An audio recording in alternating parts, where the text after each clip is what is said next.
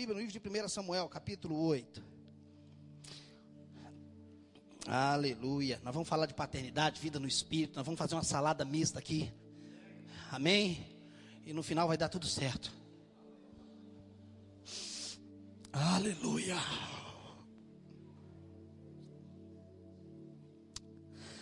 Sabe, queridos, qual é o segredo para manter a paixão? O segredo para manter a paixão é tirar a cinza todo dia e colocar mais lenha. Porque todo dia, queridos, precisa tirar a cinza, porque a cinza inibe o fogo. Aí todo dia você vai, era assim que o sacerdote fazia, todo dia tinha que tirar a cinza. Você está entendendo? Todo dia você dá uma tirada na cinza, toma um banhozinho no sangue do cordeiro, pega uma roupinha nova, entendeu? E põe lenha para queimar. Por quê, queridos? Se não tem paixão, não tem por que continuar. Se não tem paixão, não tem por que a gente viver. Só vale a pena viver se for intenso. Amém? Só vale a pena viver se for para ser intenso. Só vale a pena viver se for para entregar tudo. Tem alguns textos na Bíblia que a gente nunca vai entender. Ou pelo menos não entendemos, melhor dizendo. O reino dos céus é semelhante a um homem que encontrou uma pérola de grande valor. E ele foi lá e vendeu tudo. Ele vendeu tudo por causa da pérola. Será que a gente sabe o que é isso? O reino dos céus é semelhante a um homem que encontrou uma pérola de grande valor. Ele foi lá e vendeu tudo que tinha para comprar aquela pérola. A gente encontrou a pérola, mas não tivemos coragem de vender. Não tivemos coragem de abrir mão. A gente precisa abrir mão. Por causa de quem? Por causa dele. Por causa dele. Por causa dele. Ele vale a pena. Ele vale a pena.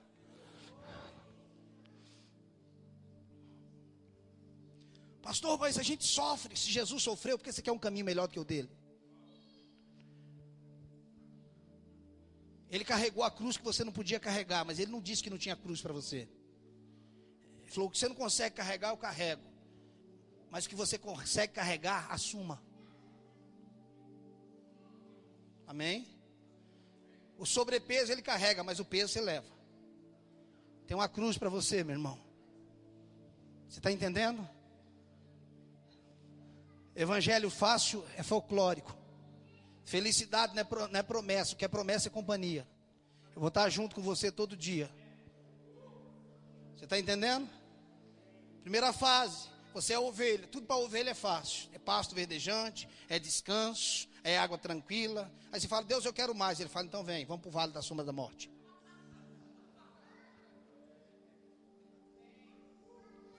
Primeira fase é a fase que tudo é bom, é para beber. Pasto verdejante, água tranquila, não falta nada, né? O Senhor é meu pastor, nada me faltará. Você fala, uau, que lugar tremendo. Ele me leva para pastos verdejantes, melhorou. Água de descanso. Você fala, uau, que trem bom é esse? Aí você fala, Deus, eu gostei, porque você começa com uma mentalidade de bicho, de ovelha. Mas você tem que terminar sentado na mesa, no meio dos seus inimigos. Porque quando ele te leva para o pasto, você conhece a mão dele. Mas quando ele te leva para o vale da sombra da morte, você conhece a face dele.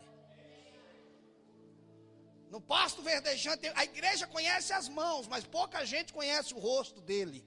Nunca viu ele. Porque o vale é de sombra e de morte, mas tu está comigo. Eu não temo, não é por causa do pasto, eu não temo por causa da tua presença. Eu não sei você, se quiser ficar no pasto, fica aí, meu irmão, fica pastando. Mas eu prefiro o vale da sombra da morte, que ele está comigo. Quem tem a face tem a mão, mas quem tem a mão nem sempre tem a face. E no final ele coloca você para sentar na mesa, e a capetaiada tudo sentado junto.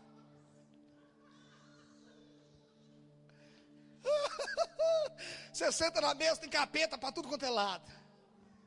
Por que você não tem medo? Porque você é filho. Jesus nunca teve medo do diabo. Quando você é ovelha, o diabo te perturba. Quando você é filho, você perturba o diabo. Você entendeu? Quando você é ovelha, o diabo te perturba. Quando você torna filho, você perturba o diabo. Onde Jesus chegava, o diabo falava: se viesse me perturbar antes da época. Está na hora da gente começar a perturbar o capeta, gente. Amém? Pastor, eu estou com problema com o diabo. Não, o diabo está com problema comigo. Você está entendendo isso? Porque quem é filho vive na condição de Cristo Jesus, que venceu o diabo em nome de Jesus. 1 Samuel capítulo 8, versículo 1. Acharam? Tendo Samuel envelhecido, constituiu seus filhos por juízes sobre Israel. O primogênito chamava-se Joel, o segundo Abias, e foram juízes em Berseba. Porém, seus filhos não andaram pelos caminhos dele. Antes se inclinaram à avareza e aceitaram subornos e perverteram o direito. Então, os anciãos todos de Israel se congregaram e vieram a Samuel a Ramá e lhe disseram: vê, já estás velho, e os teus filhos não andam pelos teus caminhos. Constitui-nos, pois, agora um rei sobre nós, para que nos governe, como o tem todas as nações. Amém? Quando você olha para Samuel, você vê um jovem que começa com uma paternidade de Eucana e Ana, certo? O pai de Samuel se chamava Eucana, e a mãe de Samuel, Ana. Porém, Samuel, ele nasce com um propósito de substituir uma paternidade que deu errada. Samuel nasce por uma intervenção divina. E por mais que Samuel nasce como filho de Ana e de Eucana, mas Samuel não seria filho de Eucana, ele seria filho de Eli. Por quê? Porque na época de Samuel, quem era o profeta, o juiz, quem era o profeta naquela época era Eli. Porém, os filhos de Eli, Hofni e Finéias, a Bíblia diz que eles eram execráveis, eles eram considerados filhos de Belial, eles comiam parte daquilo que era consagrado, que não pertencia a eles, eles se deitavam com as mulheres que serviam na porta do templo. Terrível o que acontecia. Então, Deus olha para os filhos de Eli, e Deus deseja, ou Deus decide matá-los de alguma forma. Eles perderam o temor. Quem eram os filhos de Eli? Eram aqueles que continuaria a ordem de pai e filho. Presta atenção que tudo em Deus é estabelecido através da ordem de pai para filho. Tudo em Deus é estabelecido de pai para filho. Essa é a ordem. Então o que acontece? Ana está no templo, chorando, gemendo.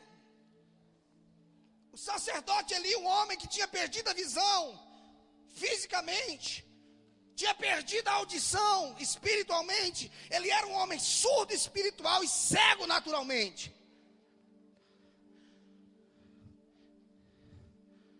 Porque a boca de um profeta precisa estar na terra, mas o ouvido precisa estar nos céus. A nossa boca não tem que estar nos céus, a nossa boca está na terra. O que tem que estar nos céus é o ouvido. Oração não tem a ver com o tanto que eu falo, oração tem a ver com o tanto que eu ouço.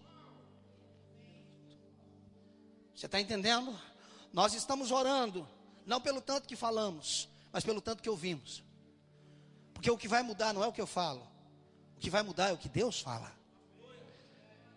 Porque o que nós podemos estar, o que estamos orando, pode não ser a vontade de Deus, mas o que Ele diz é o que Ele vai fazer. Então você pode falar o que quiser, e no final de tudo, você bater o telefone na cara dele, e não dá em nada. Porque tudo que você falou não era vontade dele. É por isso que toda oração, no entendimento, deveria terminar assim: Senhor, tudo isso que seja feito a tua vontade. Amém? Porém, quando nós oramos em línguas, nós não estamos orando a vontade nossa, nós estamos orando a vontade de Deus. Por isso que é tão importante orar em línguas. Quando estamos orando em outras línguas, estamos orando a vontade perfeita de Deus. Então nós podemos orar no entendimento, mas devemos orar em outras línguas. Porém, orar no entendimento deve terminar que seja feita a vontade do Senhor. Então, Eli era um homem que perdeu, ele não corrigiu seus filhos. Então Deus está olhando, presta atenção, Deus está olhando e diz: a ordem de pai e filho vai ser interrompida. O que aconteceu no capítulo 8, era para ter acontecido no capítulo 1, no capítulo 2. O interrompimento era para ter acontecido logo no começo do livro. Porém, Deus olha para uma mulher que está no templo chorando, porque ela está humilhada, e Deus diz o seguinte: eu vou dar um filho para essa mulher, e ela, por mais que vai ser um filho físico, biológico de Eucana, mas vai ser um filho espiritual de Eli. Eu vou dar um filho espiritual para continuar a linhagem profética, por mais que Samuel não vem de uma linhagem profética, ele era da tribo de Efraim. Então, Ana engravida, e quando o menino desmama, quando o menino para de mamar, Ana leva ele para onde? Para o templo. Eu acho que a gente só deveria deixar as pessoas desenvolver as coisas no templo depois que desmamasse. Tem muita gente fazendo coisa na igreja, chupando chupeta e usando fralda. Primeiro desmama, a gente dá uma festa, depois você desenvolve o ministério. Entendeu? É só para abrir um parênteses e fechar. Pastor, mas por que o senhor diz que é menino? Porque menino tudo diz, é meu lugar, minha posição, meu direito. Não tem direito nenhum, querido. O único direito que a gente tem é de servir. Você está entendendo? E quem não serve, não serve. Você está entendendo? Você está crescendo quando descobre que não tem direito. Às vezes nós temos razão, o que nós não temos é direito.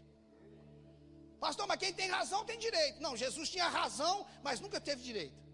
Ele tinha razão em tudo, mas abriu mão do direito dele por causa de você. Então nós estamos entendendo o reino, quando nós temos razão, mas abrimos mão do direito. Eu tenho razão nisso, mas eu não tenho direito. Você tem razão numa discussão, mas não tem o direito de ficar magoado. Você está entendendo? Nós não temos direito nenhum, querido. Nós temos direito de virar outra face. Nós temos direito de caminhar a segunda milha. Nós temos direito de entregar a capa e a túnica. É isso que nós temos direito. Nós não temos direito mais nada. O problema é que nós temos, a igreja tem o direito do consumidor e agora tem o direito da membresia. A pessoa troca de igreja porque está insatisfeito com o pastor. Está na hora da gente começar a fazer uma estatística se o pastor está satisfeito com as ovelhas.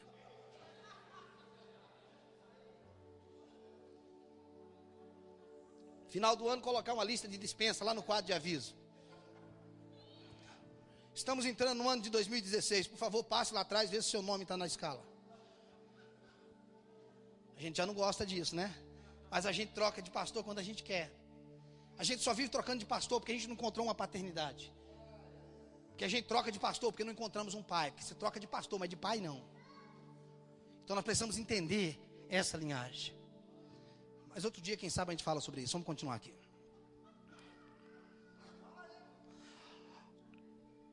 Então, Samuel, ainda muito jovem, depois que desmama, a mãe dele leva ele para o templo. E agora, nunca mais se fala o nome de Eucana. Ana teve outros filhos.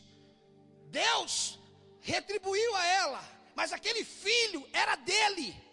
E Deus ia fazer daquele filho que era dele um filho de Samuel, ou um filho de Eli.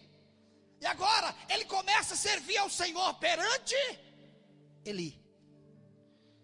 Presta atenção, porque essa é a ordem da paternidade. Você começa a servir ao Senhor perante alguém. Você não começa servindo ao Senhor direto. Quando você olha para Josué, Josué era servo de Moisés. Quando você olha para Eliseu, ele era servo. Eles só são chamados de servo do Senhor depois. Primeiro nós começamos servindo alguém. E depois nós começamos servindo direto. Então, a única voz que Samuel conhecia era a voz do sacerdote Eli. Então, Samuel cresce dentro de um ambiente totalmente destrutivo. Ele cresce junto com os filhos de Eli, que eram execráveis, que eram prostitutos, que comiam coisas que não pertenciam a ele. Samuel cresce naquele ambiente. E você sabe por que Deus permite que Samuel viva naquele ambiente? Samuel, aprenda com isso, para que não aconteça na tua casa o que você está vendo. Queridos, uma das coisas que nós, às vezes, quando você começa a enxergar uma coisa ruim, não é para você criticar. É para você aprender a não fazer a mesma coisa. Nós temos bons pregadores no Brasil, o que está faltando é referência. Pregador bom a gente tem demais. O que falta é referência. Eu não quero mais conhecer ninguém de púlpito. Quero conhecer alguém na casa. Por favor, não me avalie por 3 dias de pregação. Se quiser me conhecer, vai lá em casa passar uns dias comigo.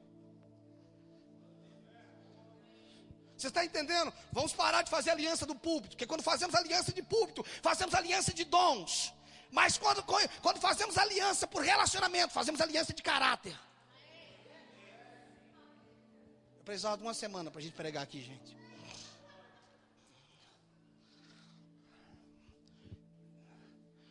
Interessante que quando a gente quer formar um pastor, sabe o que a gente faz? A gente manda ele para o curso teológico. A gente põe um cara para fazer 4 anos de teologia, 5 anos de teologia. Quando eu olho para as cartas pastorais, eu descubro onde é que se forma um homem de Deus. Porque as cartas pastorais, 1 Timóteo, 2 Timóteo e Tito, fala como é que se forma um pastor. Mas quando a gente quer formar um pastor, a gente manda ele estudar. Paulo, quando quer formar um pastor, manda ele para casa. Por que Paulo fala para Timóteo que o bispo, que o pastor seja o quê? Marido? Que governe bem a sua casa, que crie os seus filhos no temor do Senhor. Se ele fizer bem isso, ele pode governar? Então, curso teológico se faz em casa.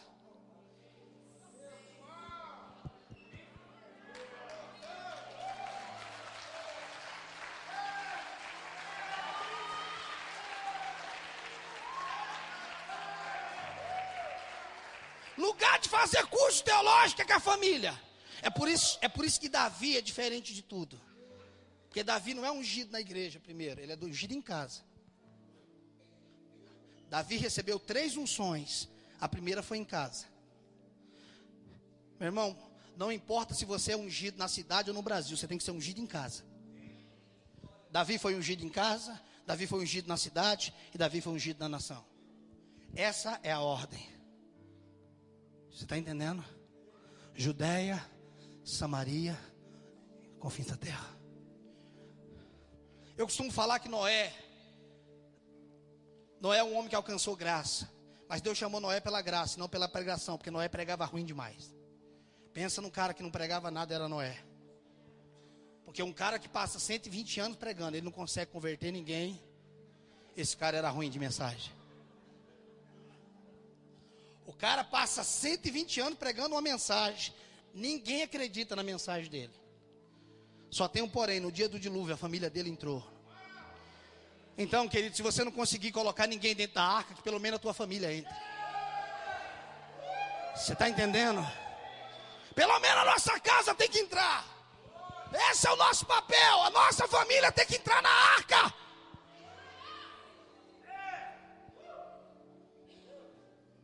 Eu não quero mais conhecer ninguém que prega bem aqui. Eu quero ver alguém que prega bem aqui com a vida. Você está entendendo? Porque os melhores pregadores pregam sem microfone.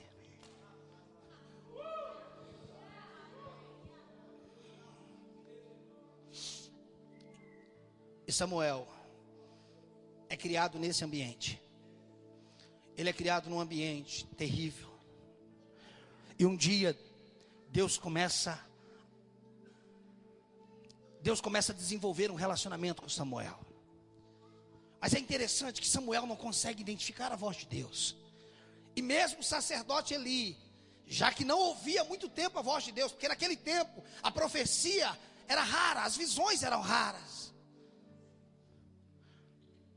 Mas todas as vezes que Deus está falando com Samuel, Samuel, ele corria para quem?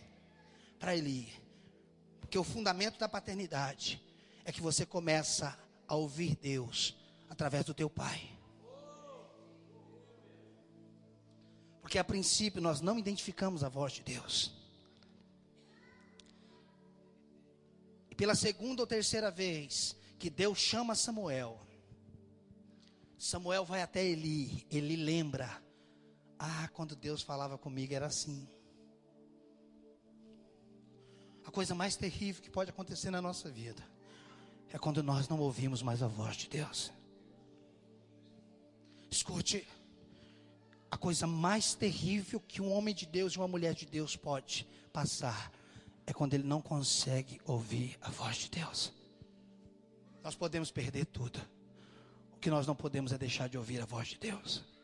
Nós podemos estar no meio da maior tempestade, mas se Deus falar, o Senhor está falando, Deus, eu estou tranquilo. Esses dias eu fiquei 4 dias no meu quarto dizendo: Senhor, eu não estou entendendo nada desse negócio aí não. O que o Senhor está fazendo? Eu não estou entendendo o que está acontecendo. Por favor, o Senhor pode me responder. Me exorte, me bata, faça qualquer coisa, mas fale para mim. O Senhor fala que a gente tem que clamar ao Senhor, o Senhor responde. O Senhor pode falar que eu estou em pecado, que eu me arrependo. O Senhor pode falar qualquer coisa. 1 dia, 2 dias, 3 dias. Quando eu olho, eu descobri que nos últimos dias Deus tem falado não é só pelos filhos, mas através do WhatsApp também.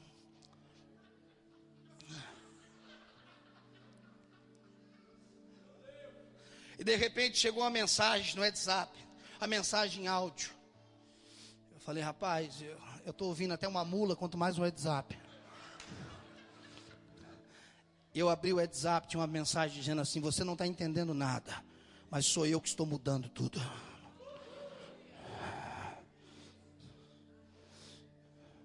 A questão não é o que você está passando, a questão é se você não está ouvindo. Você está entendendo? Se você estiver ouvindo Deus, você passa por tudo. Você quer saber como é que eu compro um livro? Quando eu compro um livro, sabe o que eu faço? Deixa eu contar um segredo para vocês. Quando eu conheço o autor, John Bevere, Philip Yancey, essa galera que eu gosto de ler, eu não compro mais pelo nome do livro, eu compro pelo autor. Amém? Tudo que é daquele autor eu compro. Miles Monroe, que morreu há pouco tempo. Então quando eu vou pegar um livro de alguém desconhecido, sabe o que eu faço? Eu vou lá para o final. Porque eu tenho um problema de assistir filme que o mocinho morre no final. Aquele filme de Troia, aquele outro filme lá de batalha, que os caras morrem no final, eu fico indignado assim, gente, ter que dormir 1h da manhã e o cara morreu no final. Eu não consigo conceber a ideia do cara sofreu demais e no final ele morre. Eu não acho justo. Eu brigo com a minha esposa na cama, eu falo: eu não acredito que eu sou idiota desse jeito, amor, que eu assisti todo esse filme e no final o cara morreu. Então, baseado nisso, eu pego um livro que eu não conheço, eu falo: deixa eu ver como é que é o final. Aí eu vejo como é que é o final. Se o final termina bem, eu compro o livro. Por que eu compro? Porque se o livro for um livro de sofrimento, eu vou ter que chorar, passar alguma coisa, já sei como é que o livro termina. Você está entendendo? Ah, mas o cara foi abandonado, foi sequestrado, tomou 10 tiros, mas eu li no final que no final ele se dá bem. Eu falo: esse cara vai ressuscitar, nem que seja alguma coisa, porque eu li no final do livro que termina bem. Você já leu Apocalipse? Já leu? Tem bicho, tem um monte. A gente tem uns negócios, né? Eu não sei se aquilo lá é literal, se é simbólico. Às vezes penso que é para complicar mesmo. Eu acho que aquilo é para confundir. Então tem hora que eu não entendo a besta, a mulher, o dragão. A minha linha não é escatológica, gente. Eu só sei de uma coisa. Eu não sei de onde saiu essa serpente, esse capeta, esse bicho. Eu sei do seguinte: no final vai terminar em festa.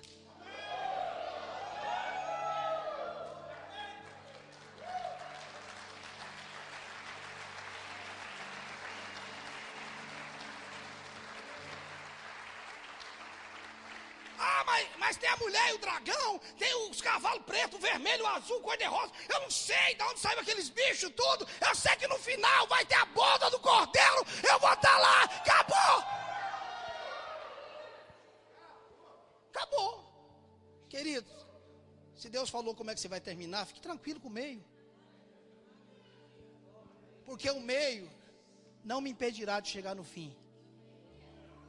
Você está entendendo isso? Se você sabe como é que vai terminar, fica tranquilo com o meio. Paulo foi apedrejado, foi jogado, dado como morto, foi não sei o que, ele sabia como é que ia terminar. Eu falei para você que a gente ia pregar sobre tudo, fazer uma salada, então a gente vai e volta. E você tenta acompanhar a linha, amém? Então, Samuel é criado naquela bagunça. E o Eli começa a ensinar Samuel a ouvir o Senhor. Esse é um dos maiores fundamentos da paternidade. Nós não temos que ensinar os nossos filhos a trabalharem. Nós temos que ensinar os nossos filhos a ouvir Deus. Escute, eu não estou falando que não tem igreja para limpar, pintar. Eu estou falando que esse não é o fundamento. Existe uma obra a ser feita. Mas nós precisamos ensinar os nossos filhos a ouvir Deus. A paternidade não é um fim. A paternidade é um meio. A paternidade é um útero. Um útero não é um fim. O útero é um meio, qual Deus te coloca em outra dimensão. Você está entendendo? Maria não deu a luz a Deus. Maria deu a luz a Jesus. Ela não foi mãe de Deus. Ela foi mãe de Jesus. Pastor, é a mesma pessoa. Não. Ela deu a luz a parte física, não a parte espiritual. Por isso que Isaías capítulo 9, versículo 6, se eu não me engano, diz: uma criança nos nasceu e um filho nos deu. Uma criança nos nasceu, ela deu à luz a criança que nasceu. O filho quem deu foi o pai. O que Maria deu foi um corpo. Ela não foi a mãe de Deus. Ela foi a mãe do corpo aonde ele ia morar. Então a paternidade, quem é Maria? Maria é o útero, o qual Jesus vai nascer na dimensão física. Então Jesus nasce, Jesus sai do pai, o pai é o útero espiritual, Maria é o útero físico e João Batista é o útero ministerial. Jesus sai de um útero espiritual, ele tem uma dimensão espiritual. Jesus sai do útero de Maria, ele tem uma dimensão física. Ele sai de um útero ministerial, João Batista, e ele começa o ministério. Isso são 3 dimensões de paternidade: espiritual, biológica e ministerial. Tem gente que nasceu de novo, mas não nasceu ministerialmente. Nascer de novo, só quem pode te dar um novo nascimento é Cristo. Amém? Ninguém pode substituir isso. Ninguém pode te dar um novo nascimento, só Cristo pode fazer isso. Porém, quando Deus quer te dar um ministério, Ele te coloca no útero ministerial. Então, quem era Samuel? Samuel era alguém improvável. Quem era Samuel? Ele não tinha pedigree. Ele não tinha linhagem. Mas ele nasceu por uma intervenção. Você está entendendo? Durante muitos anos eu não entendia um texto que diz assim: muitos são chamados, num dos evangelhos diz assim: muitos são chamados, mas poucos.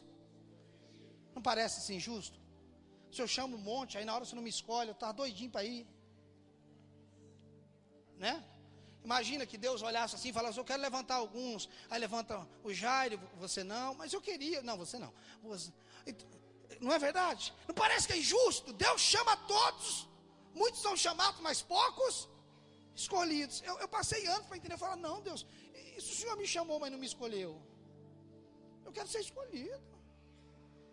Eu vou jogar no chão, vou fazer birra. Mas o Espírito me ensinou que Ele chama a todos e é você que se faz escolhido. Ele chamou todo mundo, mas é você que se faz escolhido. Você está entendendo? Quando Jesus estava passando num caminho, tinha um homem de pequena estatura, a fama dele era ruim. Como é que era o nome dele? Zaqueu. A multidão toda estava perto de Jesus, mas Zaqueu falou, não, eu preciso ver ele. Zaqueu não queria falar com ele. Zaqueu não queria um milagre dele. Zaqueu não queria uma bênção de prosperidade dele. Zaqueu só queria uma coisa. Eu quero ver ele. Eu não quero falar com ele, eu só quero ver. E Zaqueu sai correndo na frente da multidão. Ele avalia o trajeto. Fala, o único caminho que ele tem para passar é por aqui. Ele sobe na árvore e fica sentadinho lá no galho, balançando as perninhas e fala, eu vou ver ele hoje.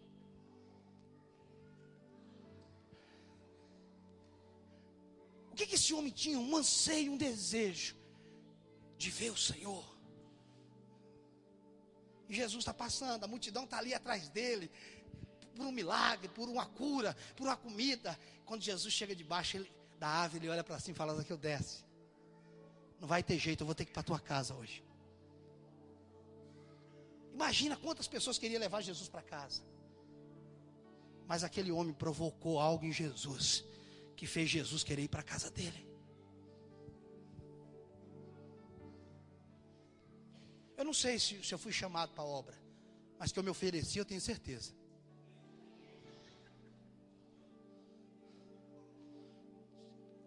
É a paixão. É quando o teu coração queima. É quando você não se realiza com mais nada, a não ser a presença dele. Um monte de gente começou a criticar, Zaqueu é bandido, é ladrão, é safado. Jesus não queria saber se ele era safado, bandido, ladrão. Jesus só viu que ele tinha fome. Zaqueu desce daí, Zaqueu desceu correndo, tipo assim, eu só queria ver, agora o cara vai para minha casa. E Zaqueu chega em casa de repente, fala para a mulher, amor, Jesus veio cá, está aqui. E aí, como não tinha comida pronta, não tinha nada, ele senta na mesa, a Bíblia não relata nenhuma conversa, não tem diálogo ali, a Bíblia não conta nada ali. E eu penso que Zaqueu não tinha o que falar. Ele senta de um lado, Jesus senta do outro. Para o jovem rico, Jesus tinha mandado ele vender tudo, né? Mas para Zaqueu ele não fala nada. De vez em quando Zaqueu olhava para Jesus, dava uma risadinha. Jesus falava, pois é, Zaqueu, tudo bem, né? E Zaqueu falava, tudo bem, assim, eu só queria ver, agora ele está na minha casa. Daqui a pouco Zaqueu olhava para Jesus, Jesus olhava para Zaqueu. Aquilo foi queimando Zaqueu. Zaqueu falou, não aguento mais não. Se eu tenho roubado, eu vou devolver. Eu devolvo, eu faço qualquer coisa.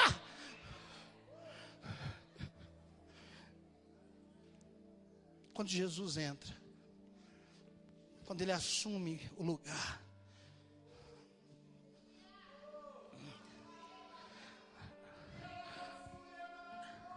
você não faz força para deixar, a presença dele te convence a deixar.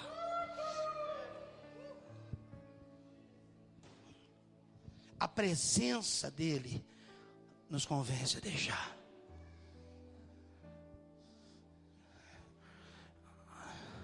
Deixa eu contar um segredo para você. Os meus melhores momentos com o Senhor foi em casa, não foi na igreja.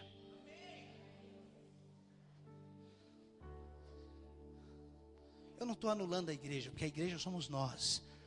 Entenda o que eu estou falando.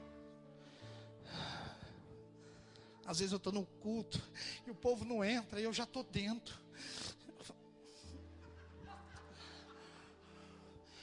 Eu doido para falar, vamos gente, vocês estão me atrapalhando. Que aí a gente tem que pensar no povo, tem que estar tangendo, vamos gente. Mas quando está em casa não tem que tanger ninguém, não tem ninguém. Em casa eu não sou pastor, no quarto eu não sou nada, é só um filho se relacionando com o pai. Sabe o que eu descobri? Que relacionamento é melhor do que título. Eu descobri que estar com ele é melhor do que estar com o microfone. Quem almeja o microfone é porque ainda não descobriu a presença. Porque quem descobriu a presença não está mais nem aí com o microfone. Você está entendendo? A presença dele é melhor do que tudo.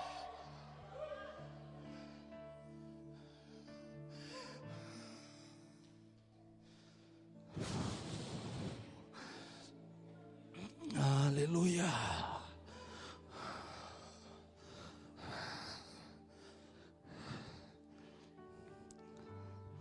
Samuel. Samuel. A gente está falando de Samuel, né?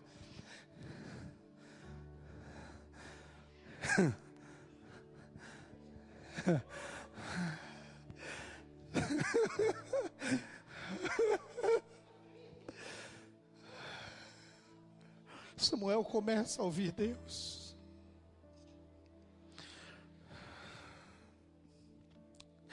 Você já ouviu ele? Não, eu estou falando sério. Você já ouviu ele? Você já ouviu a voz dele?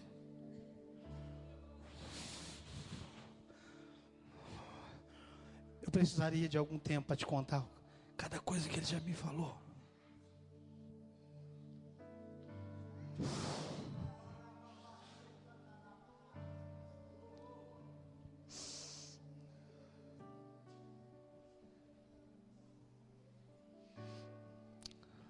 Quando Davi é confrontado por Natã, e o Salmo 51, ele foi escrito primeiro do que o 32. Ele não está em ordem correta. O Salmo 51 vem antes do 32. Primeiro foi escrito, primeiro aconteceu os fatos do Salmo 51, depois do 32. Davi não está preocupado em perder o trono. Davi não está preocupado em perder a fama. Quando Davi é confrontado, ele está preocupado em perder o Espírito Santo. Não me lance fora da tua presença. E não retire de mim o teu Santo Espírito. É como se ele estivesse dizendo: eu perco qualquer coisa, eu só não posso perder a tua presença.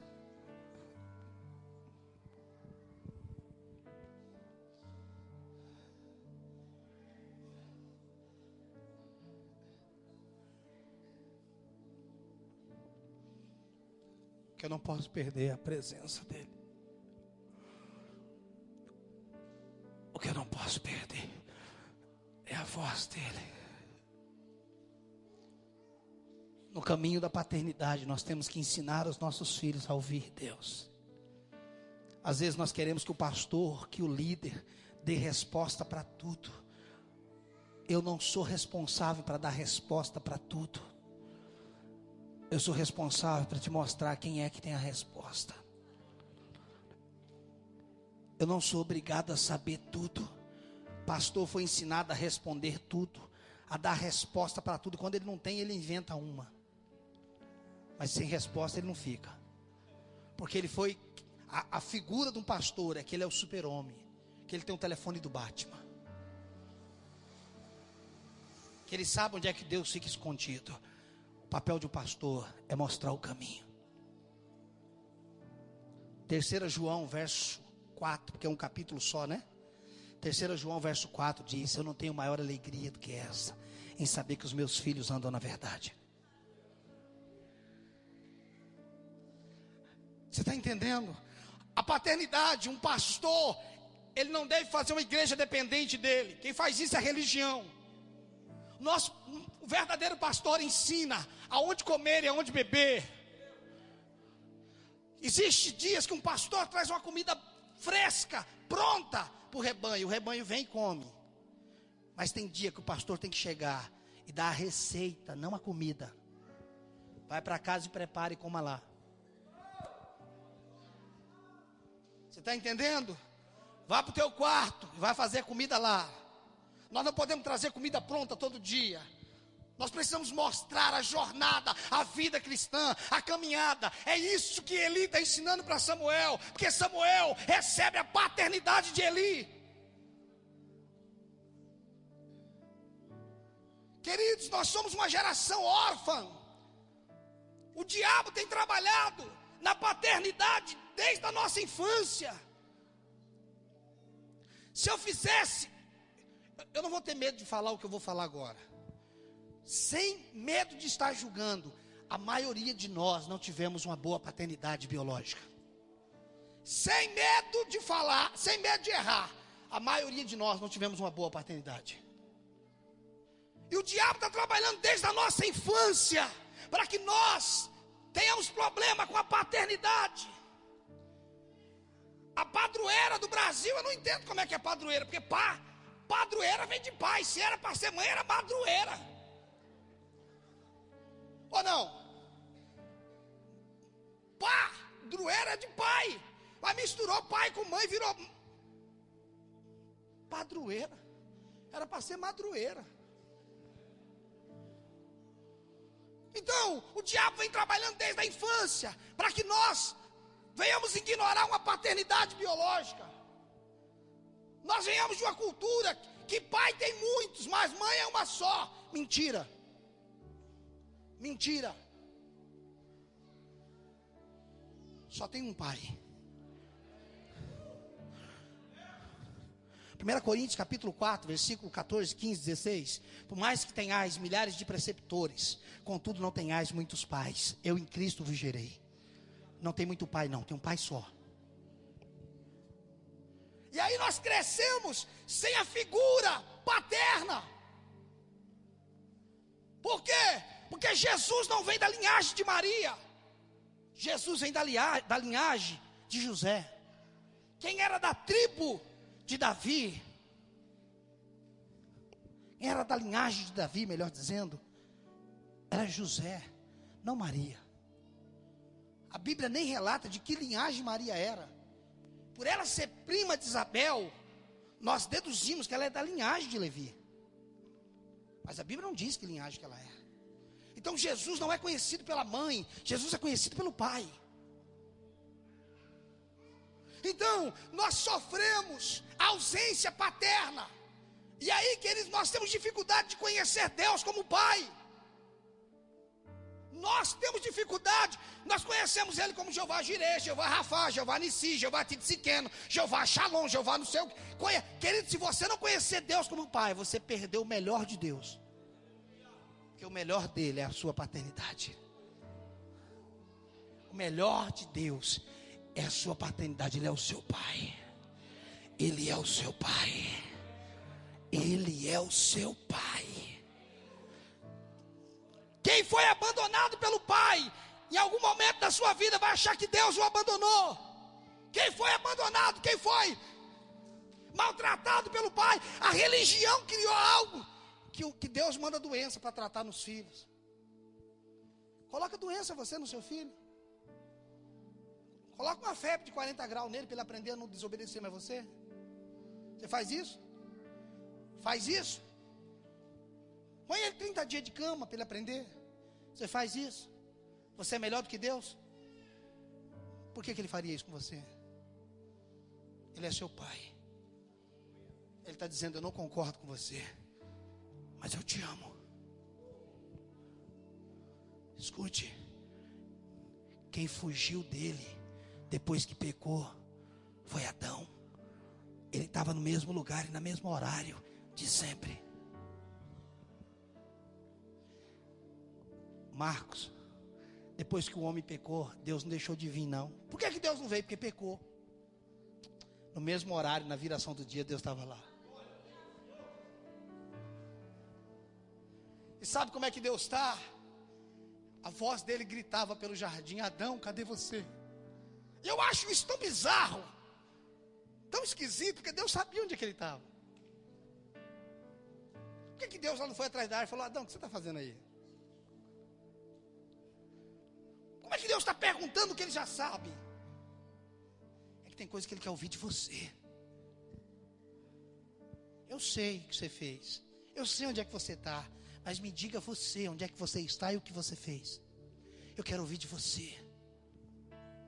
E a voz de Deus começa a gritar pelo jardim, ecoar pelo jardim: Adão, cadê você? Adão, para mim, Deus está desesperado por Adão, porque ele amava Adão de uma forma desesperadora. É a voz de um pai clamando por um filho. Deus nunca se escondeu de você. É nós que estamos nos escondendo dele. Ele diz: quem me busca, me acha. Deus não fala comigo. Você que não está ouvindo ele, mas que ele fala, ele fala.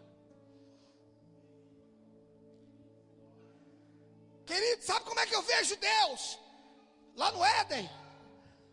Você pode não acreditar no que eu vou falar, mas é minha imaginação, eu tenho direito, eu não posso afirmar doutrinariamente que é heresia, mas eu posso falar.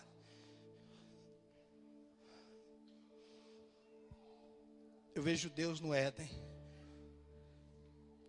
Adão pegando a mala dele, junto com a esposa dele, indo embora, porque Deus tinha que cumprir a palavra dele.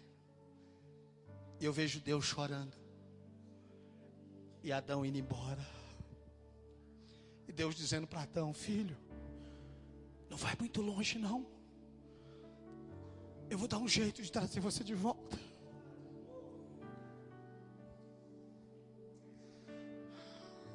Sabe o que Deus está dizendo para você?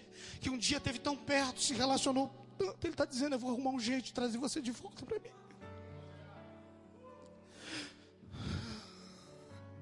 Eu vou dar um jeito de você se apaixonar por mim novamente. Eu vou dar um jeito de você me amar como você me amou novamente.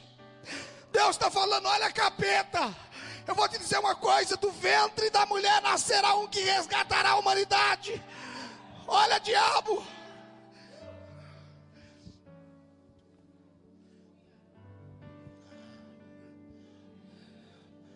eu não vou conseguir terminar hoje. Mas existem coisas que causam escândalo no mundo espiritual. Um pecado é um escândalo no mundo espiritual, mas um arrependimento é outro escândalo no mundo espiritual. Quando Adão peca, há um escândalo no mundo espiritual. Os céus param, o inferno fala: uau, nós vencemos.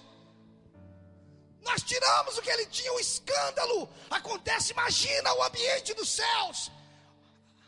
Aquilo que Deus tinha criado agora se perdeu. Dá para você imaginar o que estava acontecendo? Como estava o coração de Deus? É só você olhar a parábola do filho pródigo que você vai entender o coração de Deus. Porque aquela parábola é Jesus contando como é que era o coração do Pai. E por ali nós podemos imaginar como ficou o coração de Deus lá no Éden. John Bevere diz no livro Paixão por Sua Presença que Adão sofreu tanto que ele ficou depressivo e ele foi habitar em cavernas. Mas passaram-se pelo menos 4.000 anos. E Jesus não é o irmão que ficou em casa reclamando. Jesus é o irmão que falou: pai, eu não aguento mais ver o senhor sofrer, eu vou atrás do meu irmão. Você sabe o que aconteceu naquele dia de tardezinha, por volta das 3 horas da tarde? Não foi isso que ele bradou? O que aconteceu com o sol? O sol se escondeu. Ele não aguentou ver. O que aconteceu com os sepulcros? O que estava andando pela cidade? Mortos saíram do sepulcro.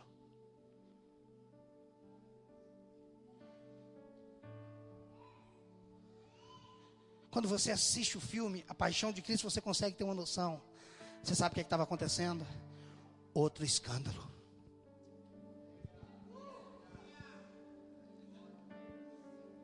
Lá no Éden, o diabo causou um escândalo. Adão causou um escândalo. Lá na cruz, Jesus causou outro. Porque um escândalo se conserta com outro. É esse o caminho, é assim que funciona. Escândalo. Coração de Deus apaixonado. Coração de Deus voltado para a paternidade, olhando para tudo aquilo. Eu preciso, porque a Bíblia diz que o Filho do Homem veio buscar e salvar o que havia perdido. O que é que Deus perdeu? A terra? O que é que Deus perdeu? A natureza? Ele perdeu você. É você que Ele quer. Ele é louco por você. Se Deus tem uma fraqueza, a fraqueza dele tem o seu nome. Se Deus tem uma fraqueza, a fraqueza dele tem o seu nome. Ele não aguenta viver sem você. Ele é louco por você. Ele faz qualquer coisa por você. Ele vai criar meios e caminhos para você voltar para Ele.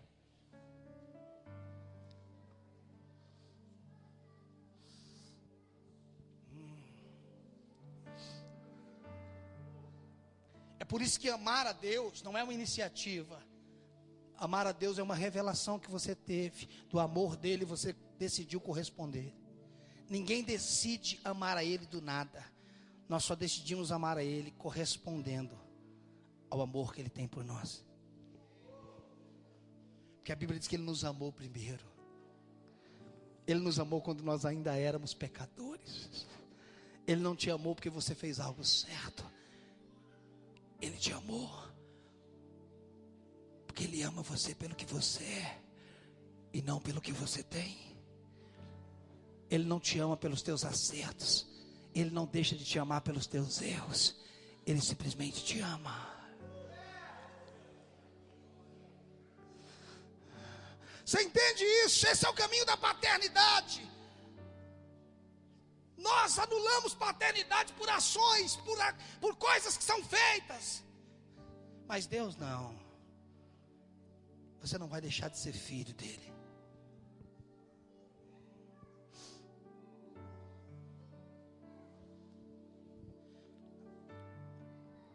Dentro daquele ambiente, para nós encerrarmos, Samuel é criado. Samuel, ele entra num lugar que não era para ele. Que lugar? Ele entra numa linhagem. Ele não era para ser profeta. Mas Deus levanta ele como filho de Eli. E ele morre. Samuel assume. Todo mundo percebeu que o Senhor era com Samuel. Ele tinha a voz do Senhor. Ele aprendeu a ouvir o Senhor desde cedo. Em algum momento da sua vida ele casa. A Bíblia não fala com quem que ele casou, como era o nome da mulher, mas ele teve filhos. E ele estabeleceu os seus filhos como juízes. Os seus filhos eram filhos biológicos, mas não eram filhos espirituais. Eram filhos que tinham nascido da carne, mas não tinham nascido do espírito. Os filhos de Samuel não tinham o mesmo DNA que ele. Porque filho não é quem nasce de nós. Filho é quem tem o nosso DNA.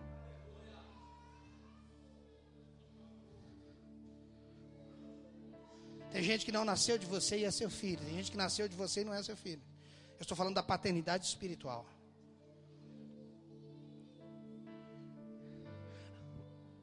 E aquilo que era para ter acontecido na época de Eli, vai acontecer na época de Samuel. Porque é como que por mais que Samuel tinha uma vida intocável, os anciãos de Israel não encontraram nenhum defeito em Samuel. Samuel era irrepreensível. Mas os seus filhos andavam no mesmo caminho que os filhos de Eli. Você está entendendo? O desencadear, o efeito cascata. Samuel tinha tudo para fazer uma casa diferente. Ele se tornou diferente, mas os seus filhos eram iguais. Os filhos de Eli. E agora Samuel está velho. Samuel está no final da vida. E os anciãos de Israel chegam e dizem o seguinte: você já está velho, e os teus filhos não andam no teu caminho. Samuel está morrendo e ele não tem para quem passar o manto.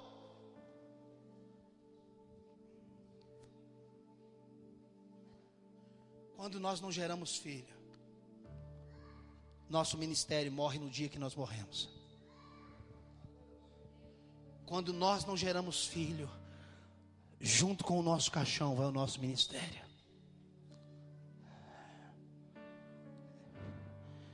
Se você quer ter apenas uma igreja, trabalhe por ela. Ela vai morrer junto com você.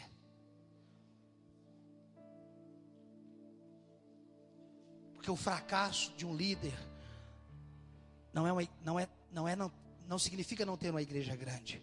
O fracasso de um líder significa não ter gerado um filho. Quando perguntaram para Billy Graham, alguns anos atrás, hoje ele está bem velho, com mal de Parkinson. Isso. Qual era o maior arrependimento dele? Ele falou: meu maior arrependimento foi não ter gerado 10 Billy Grahams. Você está entendendo? Nós precisamos muito mais do que uma igreja crescente. Nós precisamos de gente sendo gerada. Nós precisamos de filhos que estão aprendendo a ouvir o Senhor. Nós precisamos de gente que está pegando o manto. Mas nós temos o ministério de pastores que estão mostrando sofrimento e não paixão. Pastores que estão cansados e transmitindo cansaço. Eu não estou falando que tem que mentir, mostrar que tudo é fácil, mas nós precisamos entender que a paixão é maior do que o sofrimento. Enquanto nós estamos reclamando do que nós estamos sofrendo, nós estamos ignorando o privilégio que temos de ser escolhidos para sermos sacerdotes. Nós somos privilegiados. Deus nos escolheu. Os anjos quiseram. Mas ele falou: não. Isso é coisa de filho, não de servo. Eu não dou ministério para servo. Eu dou ministério para filho. Você está entendendo? Filho serve, mas ele não é servo primeiro. Primeiro ele é filho, depois ele é servo. A partir de Cristo, ninguém recebe sacerdócio sem antes receber filiação. Escute, eu não vou ficar reclamando. Eu sou igual ao McDonald's, eu amo muito tudo isso.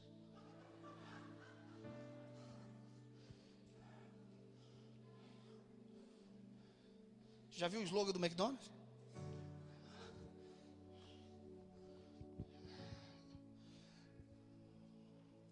Pastor, você tem problema para chorar o dia inteiro. Eu tenho problema para chorar o dia inteiro, mas eu tenho motivo para rir toda a eternidade. Esses dias, sabe qual é a voz? Sabe o que ele tem me dito? Filho, vai passar. Eu falo: Deus, isso daqui. Ele fala: vai passar. Vai passar. Querido, deixa eu falar uma coisa: vai passar. Ei, vai passar. Vai passar o céu, vai passar a terra, vai passar o capeta, vai passar o diabo a quatro. O que não vai passar é a palavra de Deus. O que ele disse não vai passar.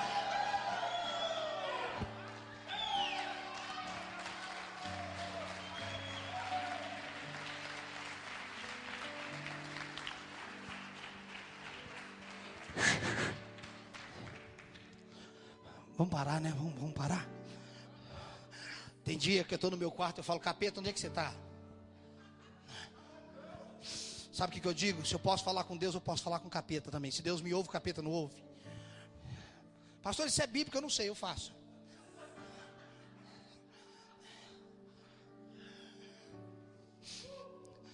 Às vezes eu estou dentro do quarto e falo: capeta, olha, dá uma olhada para mim, pega a sua máquina fotográfica, seu celular, que eu quero que você tire uma foto minha.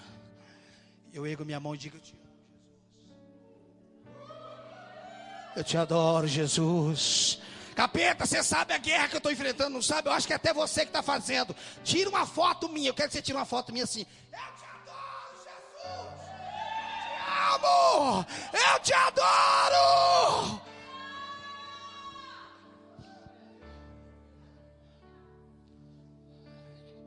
Aí eu coloco uma mensagem, dou uma chapada. Coloco uma musiquinha, dou outra chapada. O fogo vai pegando. Choro um pouquinho, depois eu paro de chorar. Depois eu choro de novo. E falo: vamos embora, vamos seguir, vale a pena.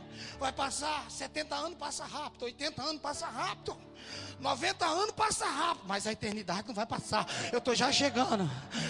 O que é sofrer 90 anos? O que é sofrer 80 anos? Que eu não posso sofrer a eternidade. Jesus, eu vou até o final. Eu vou até o fim, nós vamos até o fim. Você está entendendo, querido? Deixa eu te falar uma coisa. O anseio do meu coração nesses 3 dias é que o teu coração pegue fogo. É que você se apaixone pelo Senhor. O anseio do meu coração é que você comece a amar, buscar, orar, se entregar mais ao Senhor, porque Ele vale a pena, velho.